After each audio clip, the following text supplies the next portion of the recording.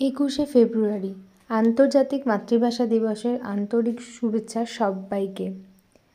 তাদেরকেও আন্তর্জাতিক মাতৃভাষা দিবসের শুভেচ্ছা যারা বলেন আমার বাংলাটা ঠিক আসে না, আমার ছেলে মেয়ে তো বাংলা পড়তেই চায় না, আমার মেয়ে না ঠিক বাংলাটা লিখতে পারে না, আমার ছেলে মেয়ে স্কুলে বাংলাটাকে সেভাবে গুরুত্বই দেওয়া হয় না, এরকম ধরনের নানান কথা না ট্রেনে যেতে যেতে শুনি।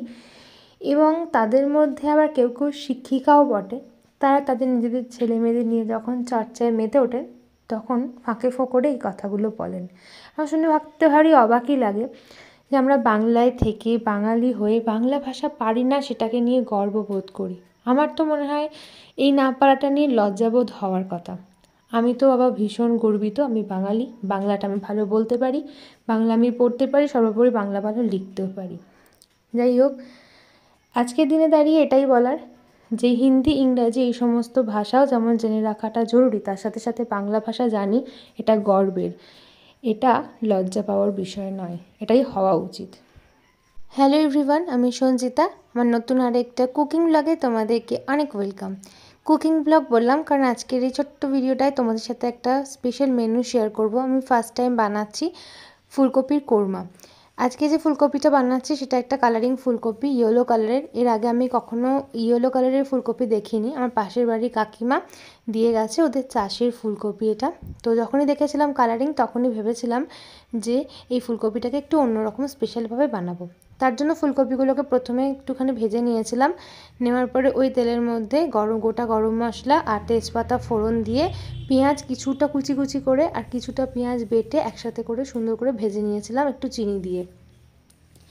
তারপরে পেঁয়াজগুলো একটু কালার এসে গেলে তার মধ্যে দিয়ে দিয়েছিলাম আদা আর রসুন আগে থেকে পেস্ট করে রাখা, তার সাথে দিয়েছিলাম আমি একটা লঙ্কাও, কারণ কোরমাটা একটু মিষ্টি মিষ্টি হলেও একটু ঝালের ফ্লেভার থাকলে, মানে সব কিছু থাকলে না রান্নাটা টেস্টটা ব্যালেন্স হয়।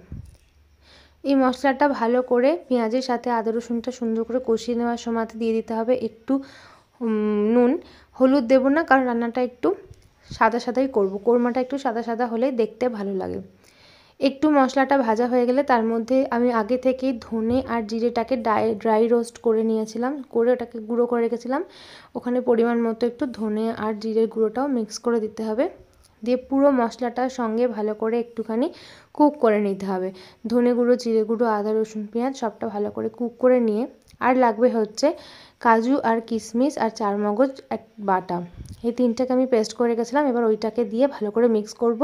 আর এই সময় না ফ্লেমটাকে একটু লো রাখতে হবে, নইলে বাদাম থাকার জন্য কি হবে, মশলাটা খুব তাড়াতাড়ি পোড়া লেগে যেতে পারে। এই সমস্ত ভালো করে মিশিয়ে নিতে হবে। মিশিয়ে নেওয়ার পরে এই সময় দিয়ে দেবো চিনিটা। রান্নাটা একটু মিষ্টি মিষ্টিই হবে, এবার যে যেরকম যতটা মিষ্টি খেতে পছন্দ করো সেই অ্যাকর্ডিং চিনিটা মিক্স করবে। চিনিটাকে ভালো করে মিক্স করে নিয়ে তারপরে কিছুটা লাগবে টক দই। টক দইটাকে আমি আগে থেকে ভালো করে ফেটিয়ে রেখেছিলাম। এবার টক দইটাও এই গ্রেভিটার সাথে মিশিয়ে কিছুক্ষণ একটু ভালো করে কুক করে নিতে হবে। আর এই সময়ও কিন্তু গ্যাসের ফ্লেমটা একদম লো রাখতে হবে। মোটামুটি ভালো কিছুক্ষণ মিনিট 5 মতো সব মশলাটা মিশিয়ে নেওয়ার পরে পরিমাণ মতো দিতে হবে জল, কারণ জলটা দিয়ে এবার গ্রেভিটা যে যেরকম রাখবে সে সেই মতন জলটা দেবে। দিয়ে সমস্ত মশলাটাকে ভালো করে জলের সাথে মিশিয়ে দিয়ে তারপরে ভেজে রাখা ফুলকপিটাকে দিয়ে একটু ভালো করে গ্রেভির সাথে নাড়িয়ে চাড়িয়ে নিতে হবে। সমস্ত গ্রেভির সাথে ফুলকপিটা মিশিয়ে নিয়ে তারপরে ওটাকে কিছুক্ষণ দিতে হবে ফুটতে। এবার ফুলকপিটা মেশানোর পরে যদি মনে হয় যে জল আর একটু দরকার, তাহলে সেই মতো জল অ্যাড করা যাবে, কিন্তু জলটা যদি গরম অ্যাড করা যায় সেটাই বেশি ভালো হবে, কারণ রান্নার টেস্টটা তাহলে ব্যালেন্স থাকে। ব্যাস, এবার ঢাকা চাপা দিয়ে কিছুক্ষণ ফুটিয়ে নিতে হবে। নামানোর সময় একটু কসুরি মেথি হাতে ঘষে দিয়ে দিলেই রান্না আমার রেডি।